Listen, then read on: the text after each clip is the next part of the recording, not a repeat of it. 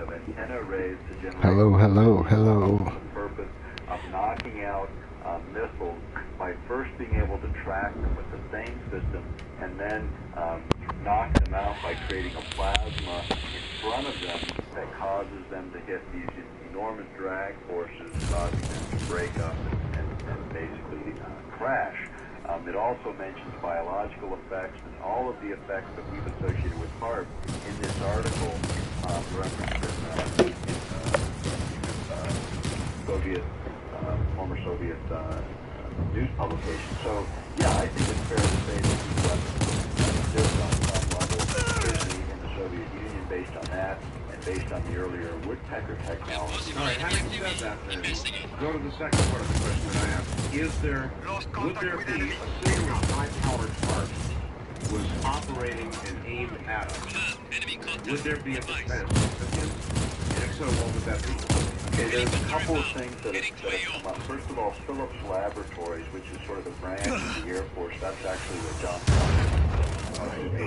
where Heckscher works and has the Air Force Base, is at the same time that they're developing the hard technologies, they're also developing what they call hardening technologies. When you go to Phillips Laboratory on the World Wide Web, you'll see a list of major projects, and you'll see a number of projects associated with hardening technologies to guard against electromagnetic radiation of high yields. In other words, we want to be able to protect against these kinds of systems. So the same lab that's developing HARP is also in part developing those technologies. All right, Doctor, we've got to hold it there, and we'll finish up on this subject when we come back after the bottom of the hour. Very interesting. So we know, at least, the military would be protected.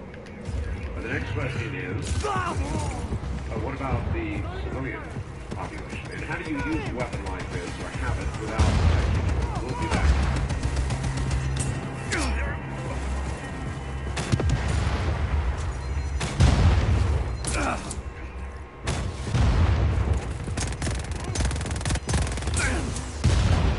Doctor, what I want to ask you is the following. Let us play devil's advocate for a moment and just say this technology absolutely does exist and that it may be used as a weapon. Would there be any way that a nation, our nation, any nation, would possess a weapon of this sort without using it, without determining that it would have the desired effect, or as you put it, how did you put it? Proving the concept? Proof of concept. Proof of concept, thank you. There would be no way, would there, that you would have such a weapon untested? I believe they tested this type of technology. Normally, the ideal environment for testing this kind of weapon would be in a war scenario. We certainly had a number of minor conflicts, you know, from Panama to Grenada to Somalia to Bosnia and on the Gulf War. I believe that we tested these types of weapons in those environments as they've become available to the military. And it's not just me saying, let's take the words of Jimmy Carter's National Security Advisor, and I'm just going to read a very short quote.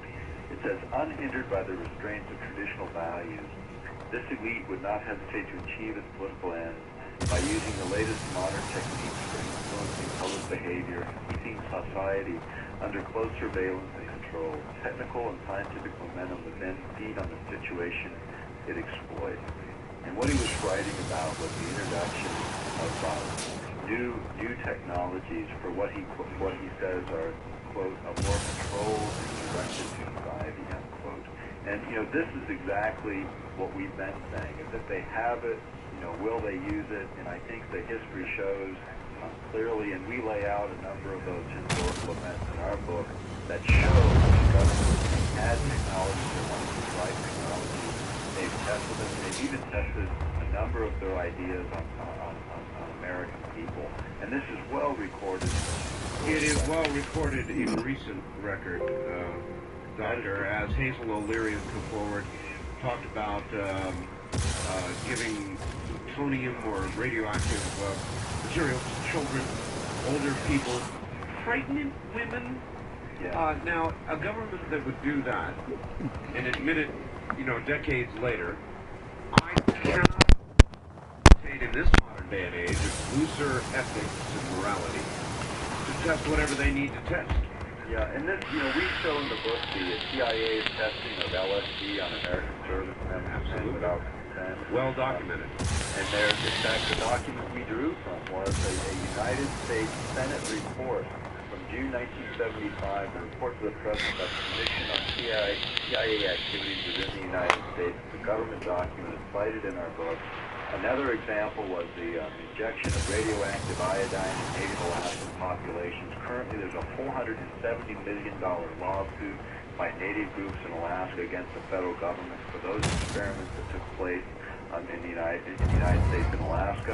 There's also, in terms of wild science, University of Alaska Fairbanks, the same university that's front-ending some of this project, entertained the idea of using 6 thermonuclear detonations on the surface of the ground at Point Hope, Alaska for excavating a bay. And this was scuttled. Fortunately, it was scuttled by the 3 biological scientists associated with that project in the early 60s. And those scientists were blackballed from the academic community and only 2 years ago recognized by our state legislatures as the heroes that they indeed proved to be, because anyone contemplating that kind of a scheme today would be laughed right out of the room as being totally insane. Absolutely. And the funny thing is, Doctor, there was a day in this country when if you had told me that our government was feeding nuclear this or that to children or pregnant women, they would have been fighting this for me. You bet. Literally. Mediolab is one of Oscar's lightning research facilities. If we can get our hands on some of its weather data, it could get us closer to destroying Project Iapa. Makes sense. I'll contact you when I'm there. That we were in a Cold War with, and yet the same kind of things going on within this country. I'm at Mediolab, Sargento. What do we have on this place? Along these lines, which the lab uses a rigid airship to collect important weather data for Project Iapa. We just need to release the airship above the base and let it do its thing. It's not something that we dreamed Head to the hangar where they store the airship. Source document. We know it's the tip of a very large iceberg, but it is sufficient to cause anyone who reads this material to come to a conclusion that, hey, this deserves a public hearing at a minimum. And at best, a moratorium on this science until we can really, truly assess what we're about to embark on here in this technology. Doctor, I want to give you one more chance here, and I also want to do it to be careful, because the last time you gave out the number to order your book, it caused havoc in Alaska. So let's give the number very, very carefully, please. Okay, the ordering number is area code 907 249 9111. And the book is with fourth class freight at $16.45 with air priority, which gets you the book in 3 or 4 days. It is $17.95. If you dial that number, if you want to order by mail, it'll also give you the mailing address so you can do that. And that's how we operate. We operate on our own work, not on grants or anything like that. So anything that you do in that regard is very helpful to us. And I think you'll find the book quite compelling and quite interesting. East of the Rockies, whoops, you would have been. West of the Rockies, you're Hangar's on locked down. Hello. Nothing's ever easy, is it, Copa? A lot of UFO activity is huge. Any ideas, Izzy? Craft that are, there are some consoles around the facility that work as safety locks for the airship. Show me the way. And would there be any relation between that and our You're going there. I would say that's kind of a reach. There have been many, many reports of the kinds of craft, or I don't even know if you'd call them craft, sightings of what appear to be energy masses moving together and moving apart. He's right about that. But in relationship to HAARP, do you see any light? No, I don't. There has been some unusual atmospheric observations up near the site, nothing like that, however. What there was at one point observed, there was a barium rocket launch that basically allows you to see the magnetic lines of force. Yes. And then what they saw around the magnetic line of force was a coil formation, energy formation, which is exactly what is diagrammed in one of Bernard Eastman's diagrams that we used in the back of our book to demonstrate cyclotron resonance flowing the opposite direction of the energy flow in the magnetic line of force. Magnetic line of force moves from south to north, and yet this coiled spring moves just the opposite direction, which is what eventually would give the military this global shielding effect that they're looking for. Now hurry and do the others before they all reset. East of the Rocky Any reset? with Dr. Nick Beggett. Just move. Art, I'd like to say hi to you and to Nick. I'm Bob in Alabama. Hi, Bob. Art, I'd like to criticize both of you guys for one thing, and I'd like to exalt you guys and give you credit in another. Is that okay? Fair enough. Okay. You guys are trying to get information that should stay in the hands of people that you know are our friends. See? In other words, that's why a guy should not come on the show and let you pick him and open him up and give that information out to the enemy. But you guys are sharp. Both of you guys are. You're knowledgeable. I'm stuck. But think about it. I mean, we've got a lot of problems out here on this earth. All right, sir. I guess here's the way I would respond to it. The secrets that we may or may not be disclosing here are surely known and have been known to our enemy long before they are now known to the American public. Would you agree with that? Yes, I would agree with that. So I don't think we're giving the enemy anything. I think that we're giving the people something, and that's information that both sides have had for a long time. Wildcard Line, you're on the air with Dr. Nick Beggett. Gotta move faster. How you doing, Art? This is Mr. Nomad A little calling faster from next Denver. time. Yes, sir. I've got a question for you. I was looking at my C-Crane catalog, and they offer an ELF natural radio. That's right. And it picks up disturbances in the Earth's magnetosphere that you can listen to. You can actually listen to the sounds of the Earth, and I must tell you, I have one. And the sounds made by the Earth are somewhat disgusting. Really? Yeah. I could describe it as it almost sounds like the Earth has gas. You think this might be caused by the Heart Project? I think it's caused by, well, I don't know what it's caused by. I'm just describing the sound. Right. It's a very odd sound. It's a receiver worth getting if you're interested, particularly with the kind of lymph movements that we've been getting lately. But any comment as to whether the Heart Project might affect any of these? No, all right, it's a good question. In other words, Doctor, with a receiver of that sort, designed to listen to ELF frequencies, if parts were turned on at a certain power level, or reflections from parts were coming down in an area where you had a receiver like this, would it be swamped?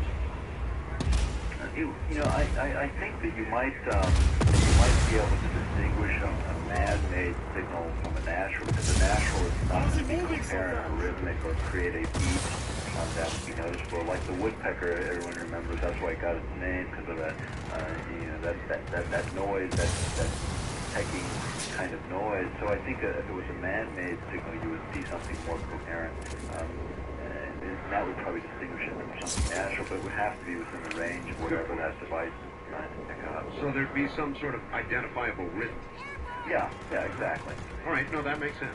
West of the Rockies, you're on the air with Dr. Nick Beggett. Good morning, Art. Good morning, Dr. Beggett. A couple of questions. First, is the Heart Project basically a phased array? Yes. Okay, great. That means that you can sort of electronically aim it in any direction that you want to. Yes, right. And also that the focusing properties that come from that. Yes. Okay, the second question is, last time you were on this program, Doctor, you mentioned the development of a white noise screen. Yes. Any progress? It has been developed. It's not being produced as of yet. You know, everyone that's on our mailing list, which is everyone that's ever bought a book from us, will have access to that as soon as it's available.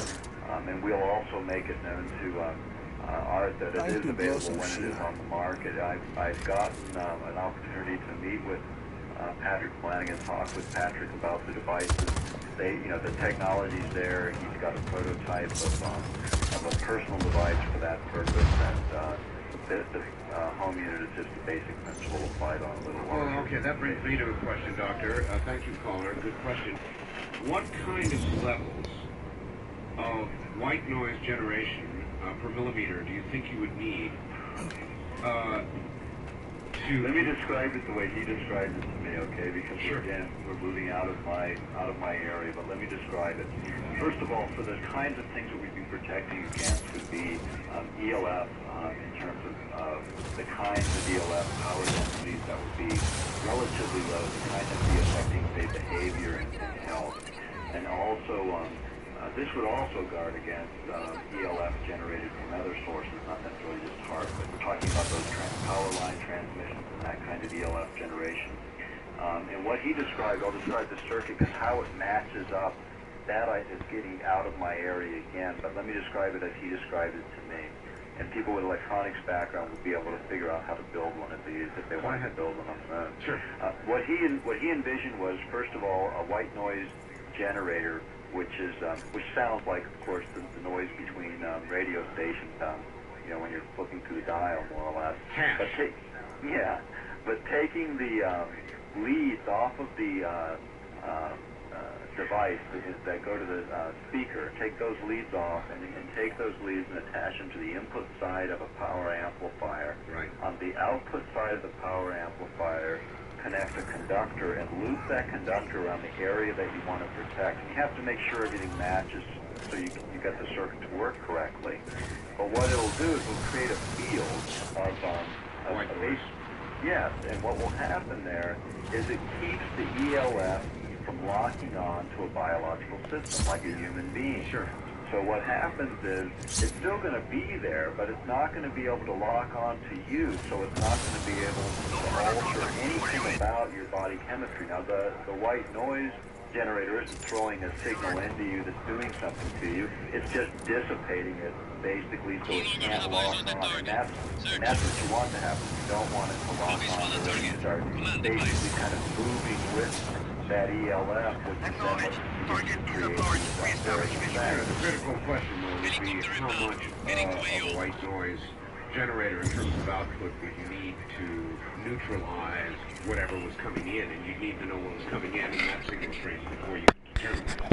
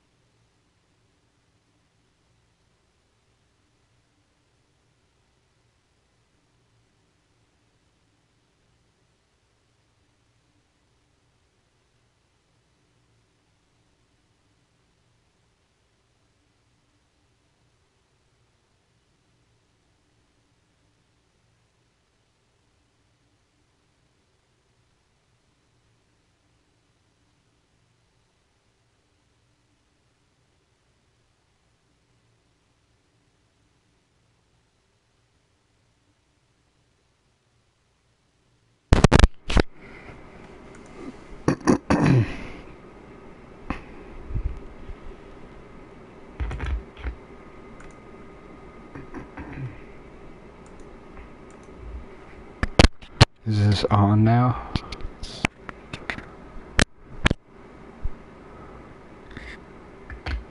this on now?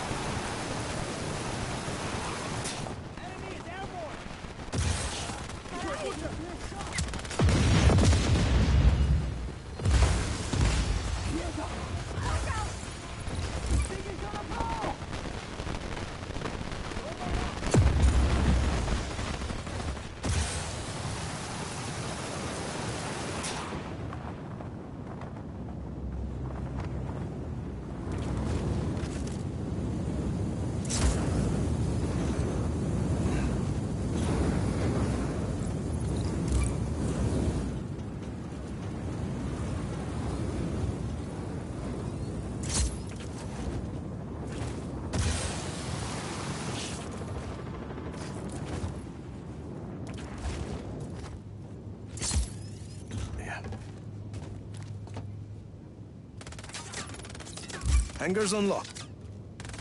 The console to release the airship is over there.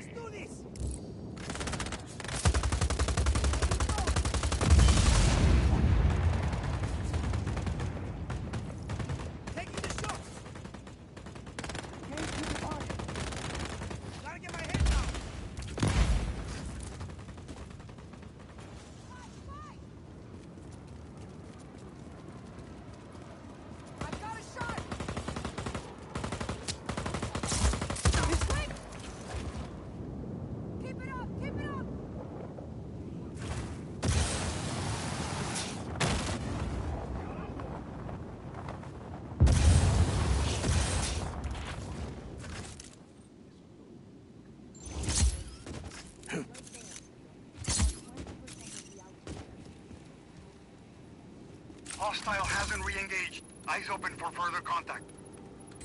Releasing the airship.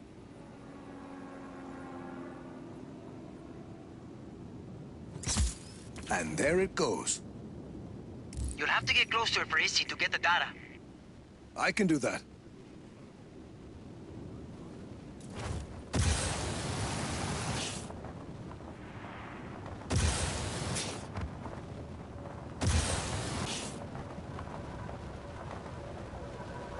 Easy. I'm in range. Your turn. Stay close to that thing.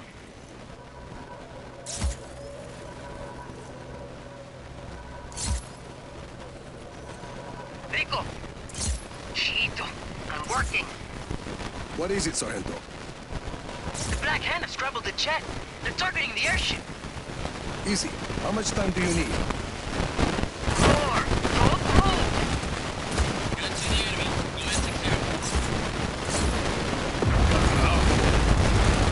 I'm not down. Stay close to the console. Working on it. Hostile in a radio operation. That's it. Got it. You're good, right, Rico? Todo va bien, Easy. Get that data to Mira and see what she can do with it. Air support is on.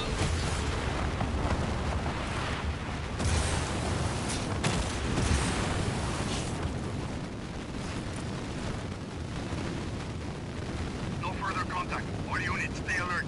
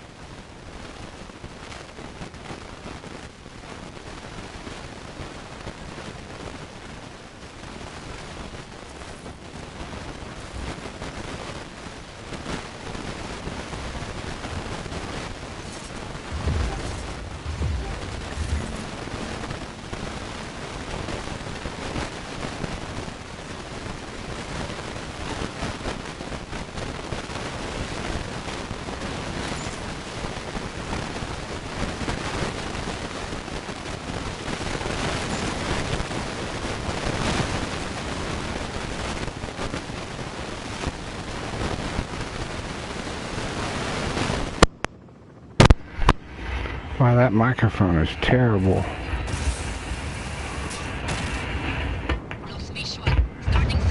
Why, that microphone is terrible.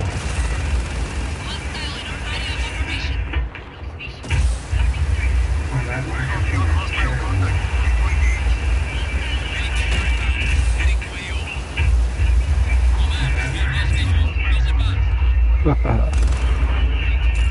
Copy. We acquire target.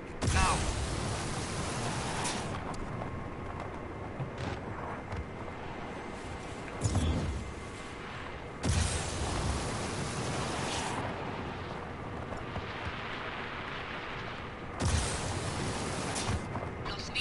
Starting search.